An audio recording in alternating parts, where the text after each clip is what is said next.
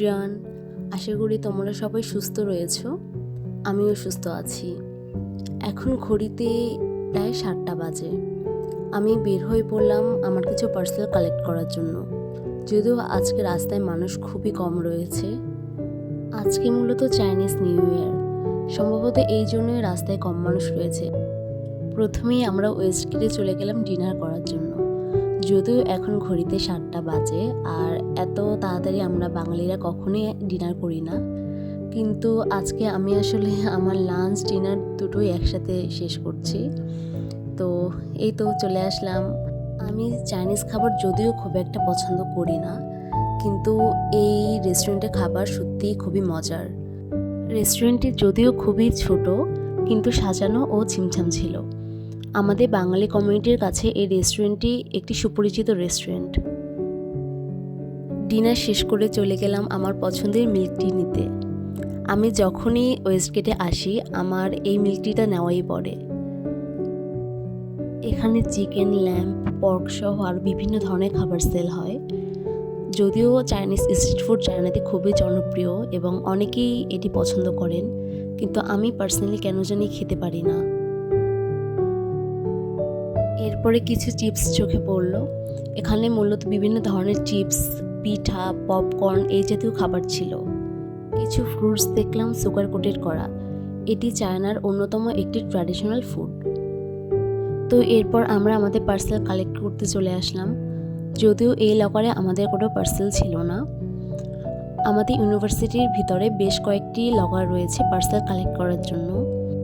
আমরা সাধারণত আমাদের ডরমেটরির সামনের লকার থেকে পার্সেলগুলো কালেক্ট করি। আসার পথে কিছু লাইটিং দেখলাম। সম্ভবত চাইনিজ নিউ ইয়ার উপলক্ষেই এই লাইটিংগুলো করা হয়েছে। চারদিকটা খুবই নীরব ছিল। অন্যান্য দিনের তুলনায় আজকের পরিবেশটা সত্যিই অন্যরকম। তো এই তো এসএফের সামনে চলে আসলাম আমার পার্সেলগুলো কালেক্ট করার জন্য। আমার বেশিরভাগ পার্সেল এখানেই এসে থাকে। চায়নাতে অনলাইন শপিং খুবই জনপ্রিয়। এতে একদিকে যেমন সময় বাঁচে, অন্যদিকে সাশ্রয়ী মূল্যে পছন্দের পণ্যটি পাওয়া যায়। আপনার ফোনে থাকা নির্দিষ্ট কোডটি বসালেই শুধুমাত্র এখানে আপনার লকারটি খুলবে। তো এটি অন্যতম একটি নিরাপদ মাধ্যম। এখানে মূলত 2টি ফ্লোর ছিল, নিচেও আরেকটি ফ্লোর ছিল। তো আমি নিচে চলে গেলাম আমার কিছু পার্সেল কালেক্ট করার জন্য। আজকে বেশ কিছু পার্সেল একসাথে কালেক্ট করেছি। আসার পথে হাতে এতই জিনিসপত্র ছিল যে আর কোনো ক্লিপ নেওয়া হয়নি। তো এই তো আমার সব পার্সেল কালেক্ট করে ডর্মের সামনে চলে আসলাম, কারণ সেখানেও আমার বেশ কিছু পার্সেল নেওয়ার ছিল।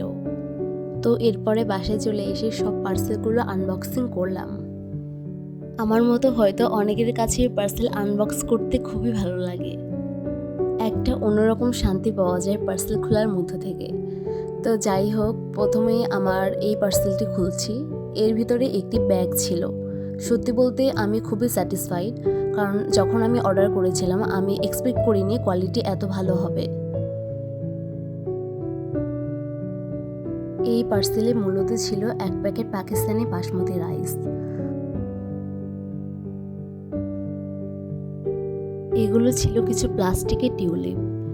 আসলে আমি আমার বেডসাইড টেবিলটি ডেকোরেট করার জন্য এই ফুলগুলো অর্ডার করেছিলাম।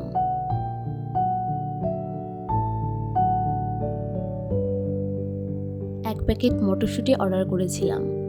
আসলে চায়না আসার পরে আমি লোকাল শপগুলোতে কখনোই মটরশুঁটি দেখিনি, তো অনলাইনে দেখা মাত্রই আমি অর্ডার করেছি।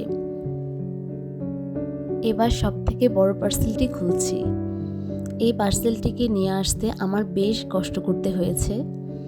যাই হোক, এর ভিতরে ছিল একটি বিন। আমার কাছে সত্যি বলতে এর কোয়ালিটি ভালো লেগেছে। কিছু পার্সেল আমি আনবক্সিং করে ফেলেছিলাম, কিন্তু আমার ক্লিপ নিতে খেয়াল ছিল না। তো যাই হোক, পরে কিছু ভিডিও নিয়ে নিলাম। তো এটা ছিল মূলত একটি ট্রাইপড। অনেকদিন ধরেই এটা কিনবো ভাবছিলাম, কিন্তু কেনা হচ্ছিল না। এটা মূলত একটি স্কার্ট, ডেনিমের স্কার্ট ছিল এটা। তো কোয়ালিটি আমার বেশ ভালো লেগেছে। এরপর এটা ছিল একটি রুম স্প্রে, এটাও ভালো ছিল। এটা ছিল মূলত একটি ওয়াটার পাম্পার। কিছু মটর ভাজা অর্ডার করেছিলাম। এটা আমি প্রায়ই অর্ডার করি। তো যাই হোক, আমরা আমাদের ভিডিও শেষ প্রান্তে চলে এসেছি। আজকের ভিডিওটি এই পর্যন্তই। আপনাদের অসংখ্য ধন্যবাদ পুরো ভিডিওটিতে আমার সাথে থাকার জন্য।